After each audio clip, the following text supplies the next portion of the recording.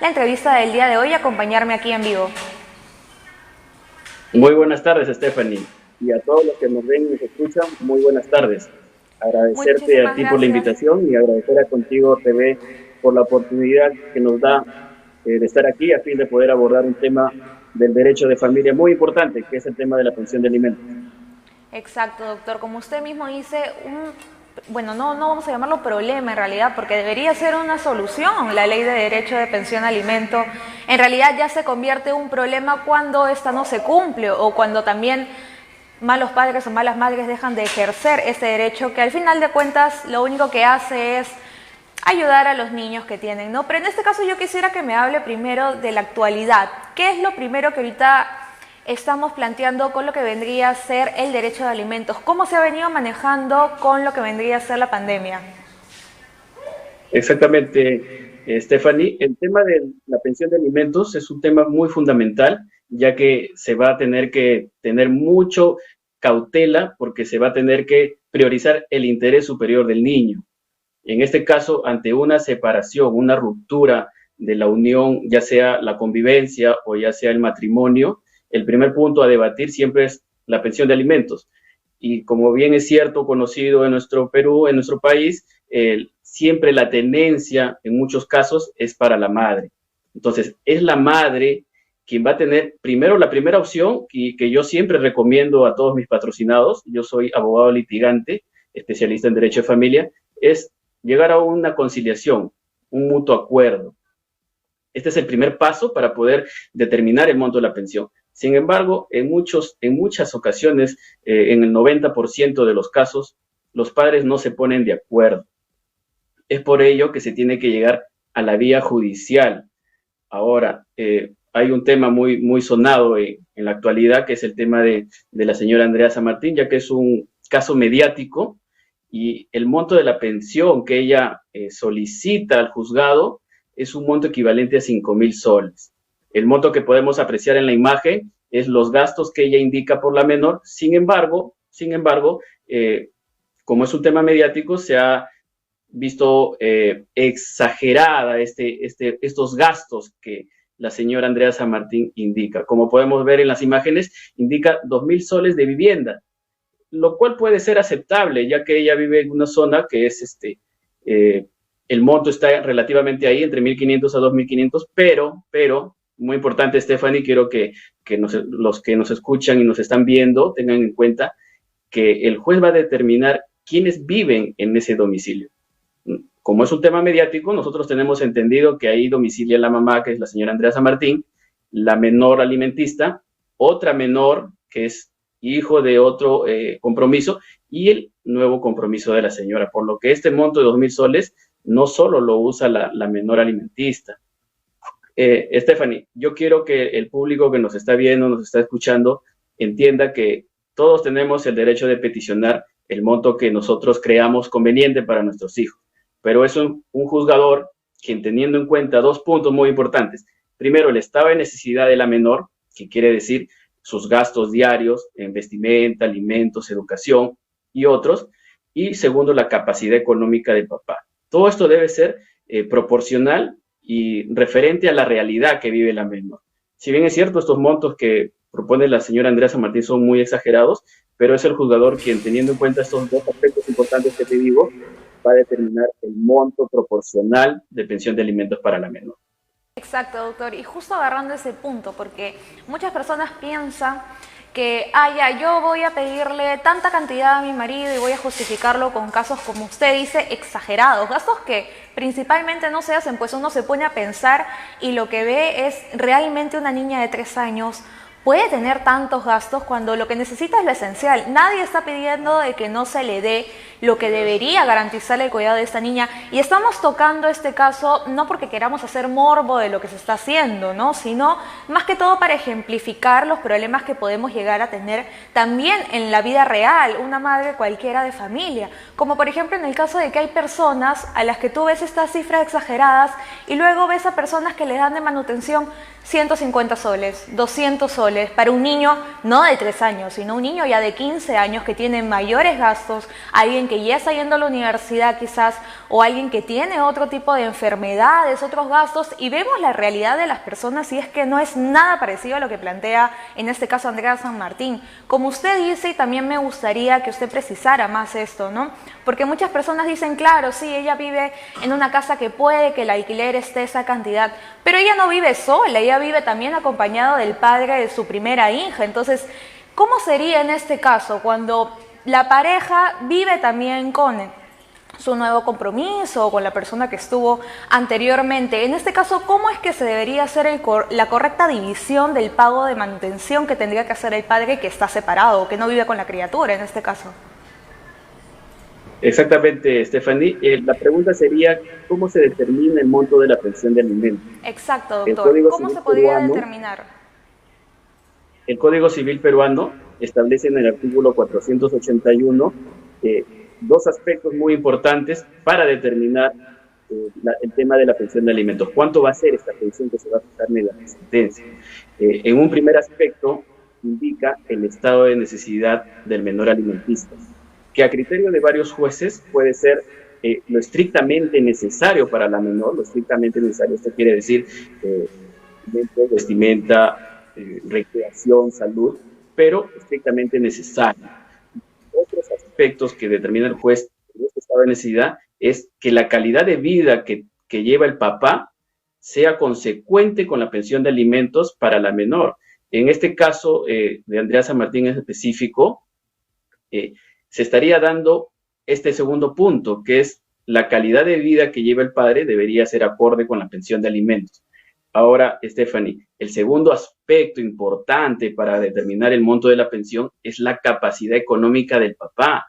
Yo no puedo pedir un monto exorbitante a sabiendas de que el papá, bueno, no tiene trabajo o es como dice el señor Juan Víctor, es una persona emprendedora con sus productos de miel que él vende. No podemos determinar el monto de la pensión sabiendo que él no tiene un monto fijo de sueldo mensual. Entonces, en base a estos dos aspectos importantes que te indica el artículo 481 del Código Civil, es que se establece el monto de la pensión.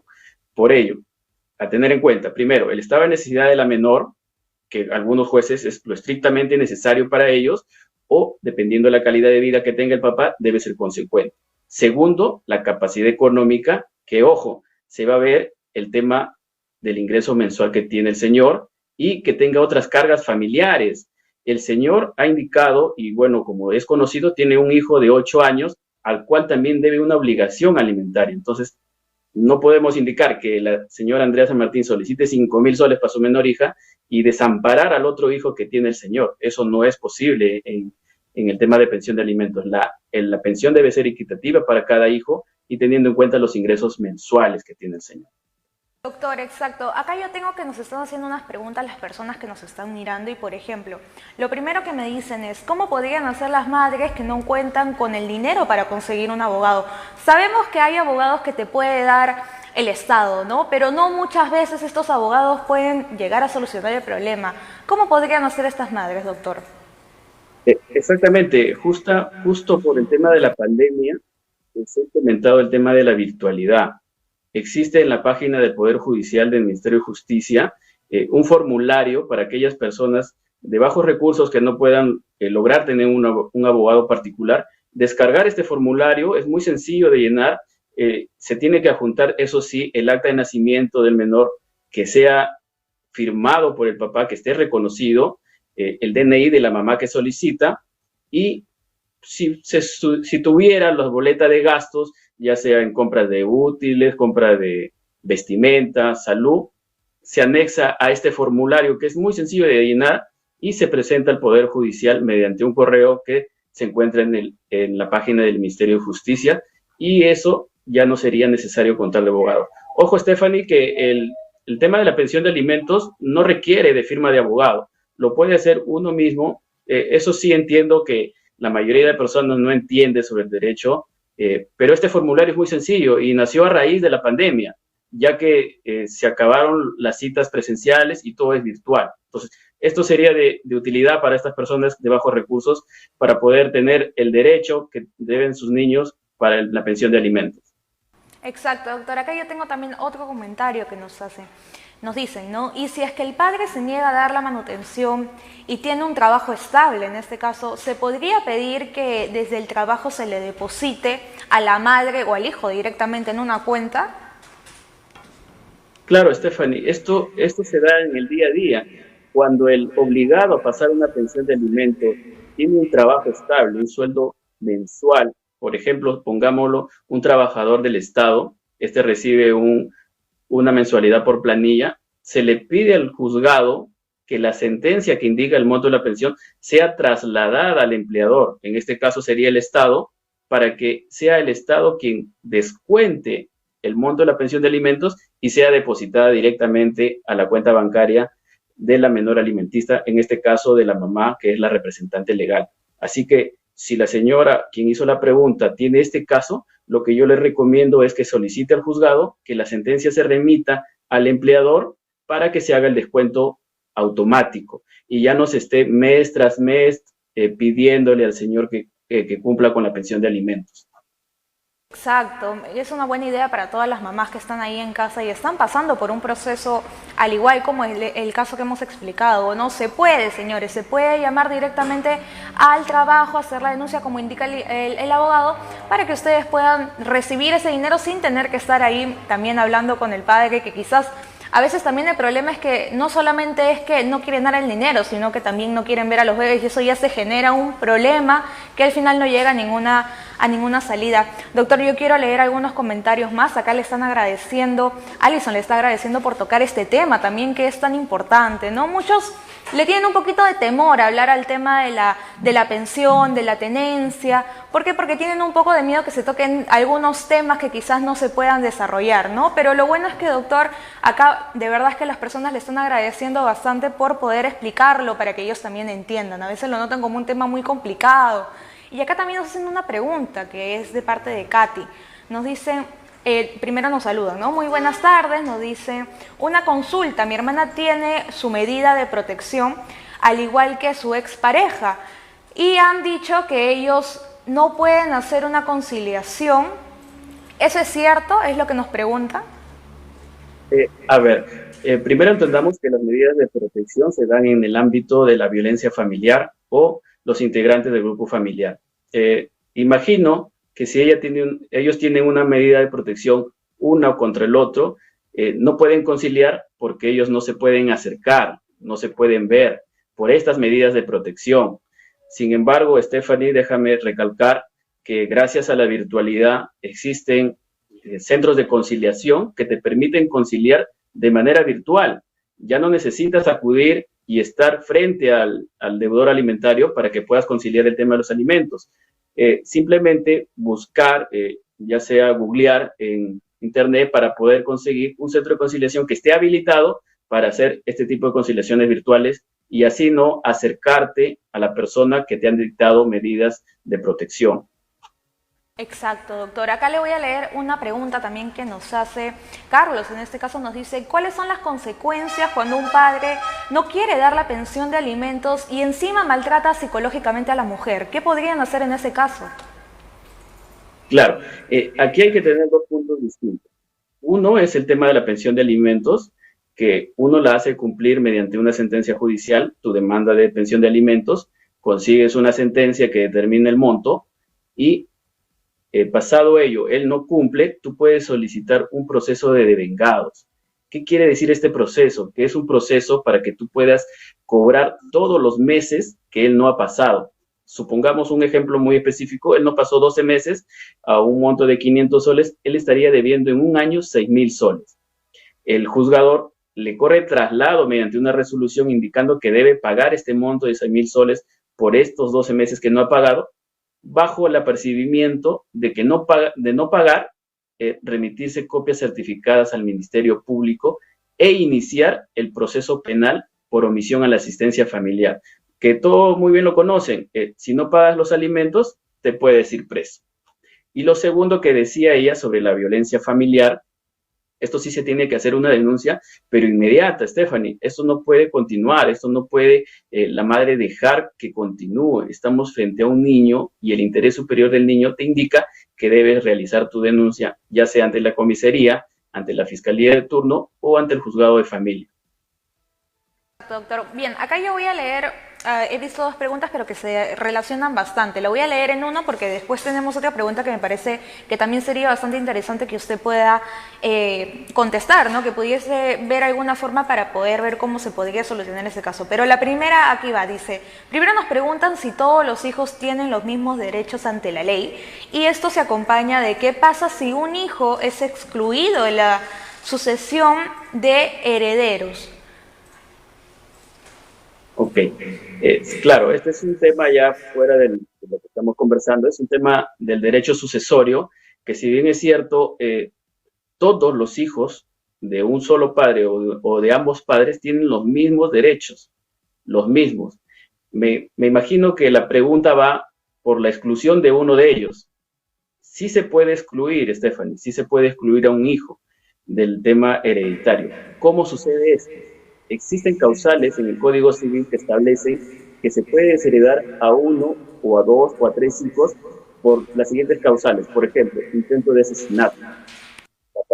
Existen muchos casos, ya vemos en las noticias de los días a día, que existen los parricidios, donde el hijo intenta matar al papá o logra matarlo. Este es un tema, este es un punto para yo declarar o desheredar a mi hijo. Pero esto no lo puedo hacer de boca, solamente decir yo te desheredo y no vas a tener nada de mis posesiones. No, hay que hacer un proceso de desheredación para que este hijo sea excluido de la masa hereditaria y no pueda heredar cuando el padre o la madre fallezca.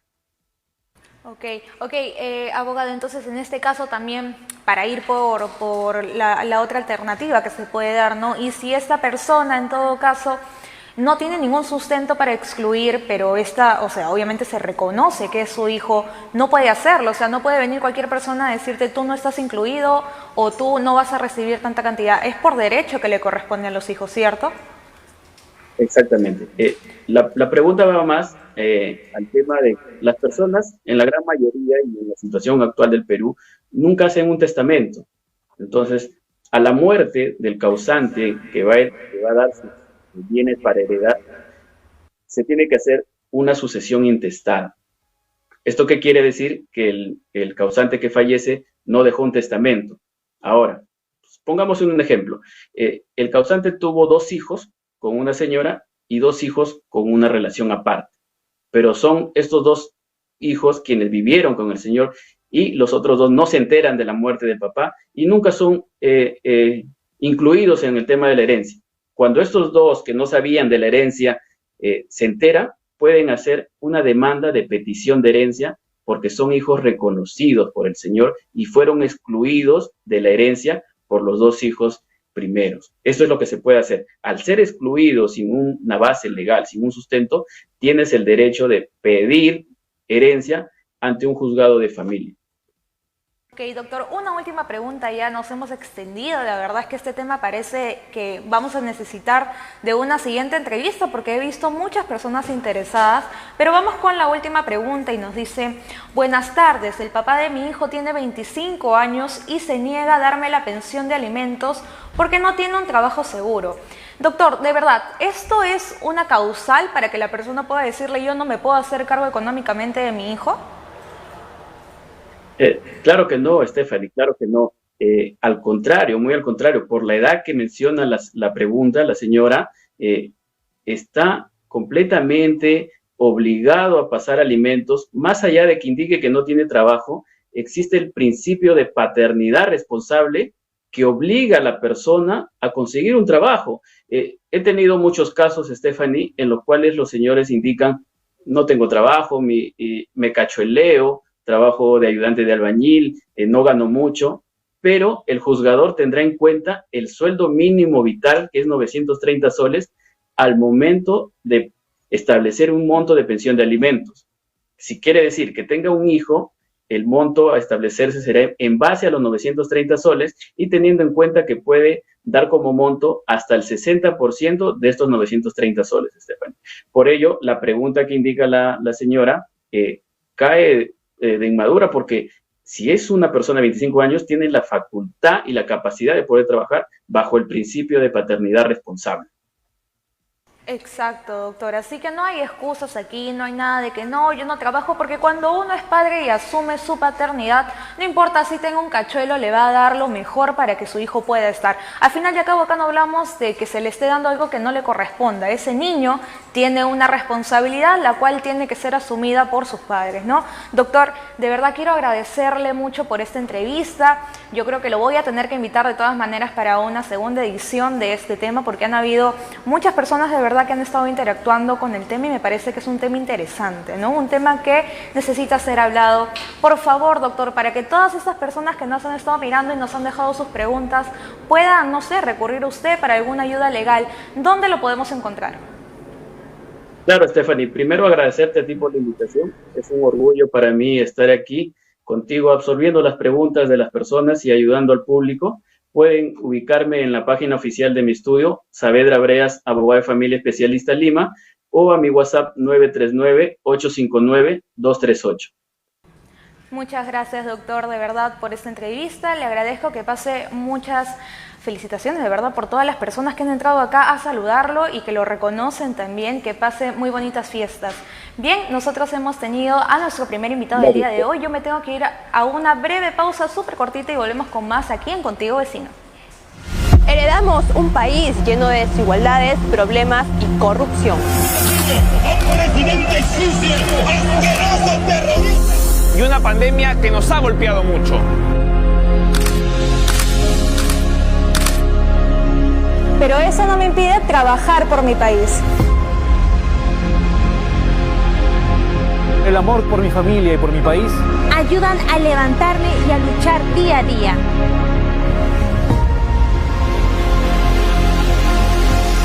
Por esa razón, hoy, más que nunca, estoy contigo.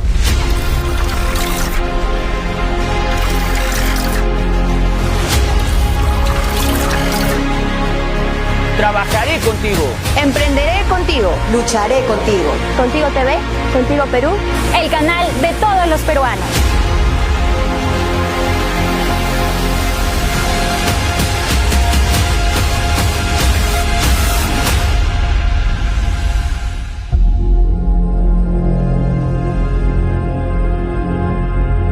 ¿Te gustaría coordinar una entrevista, reportaje o publireportaje? Promocionar de manera profesional tus productos o servicios en redes sociales, posicionar tu marca, conseguir nuevos clientes y aumentar tus ventas. Tenemos la más amplia gama de productos, servicios y estrategias publicitarias para ti. No esperes más, estamos contigo. Llámanos o escríbenos ahora mismo y solicita una demostración completamente gratis. Contáctanos ahora mismo al 01479-4516 o al 980-269.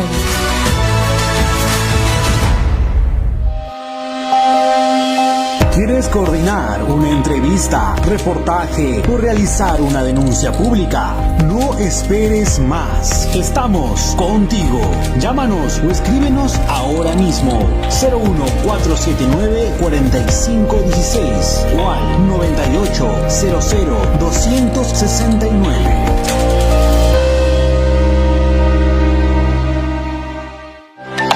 En Anticresis Perú, brindamos asesoría y servicio financiero e inmobiliario especializado, como son préstamos para capital de trabajo con garantía hipotecaria, cancelación de deudas, embargos, hipotecas, remates judiciales, compra de deudas, compra de aires, alquiler, compra y venta de todo tipo de propiedades, Anticresis, saneamiento físico legal, desarrollo y venta de proyectos inmobiliarios y servicios de representación y agencia inmobiliaria, solo para las ciudades de Lima y Callao.